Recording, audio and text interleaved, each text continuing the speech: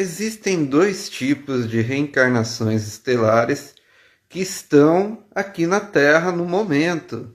Os índigos, que vieram para quebrar padrões de crenças antigas, as velhas amarras da Matrix, e depois vieram as crianças cristal, também estelares, que vieram para harmonizar e curar, equilibrar esses novos pensamentos. Esses pensamentos que vão além dessa dimensão, para que as pessoas aceitem melhor essa realidade do infinito, para que as pessoas não se limitem mais, mas também se sintam bem e despertas. Então, esse é o ponto. O universo ele trouxe das estrelas almas estelares para uma missão especial. E aí, você se encaixa nesse padrão de semente das estrelas?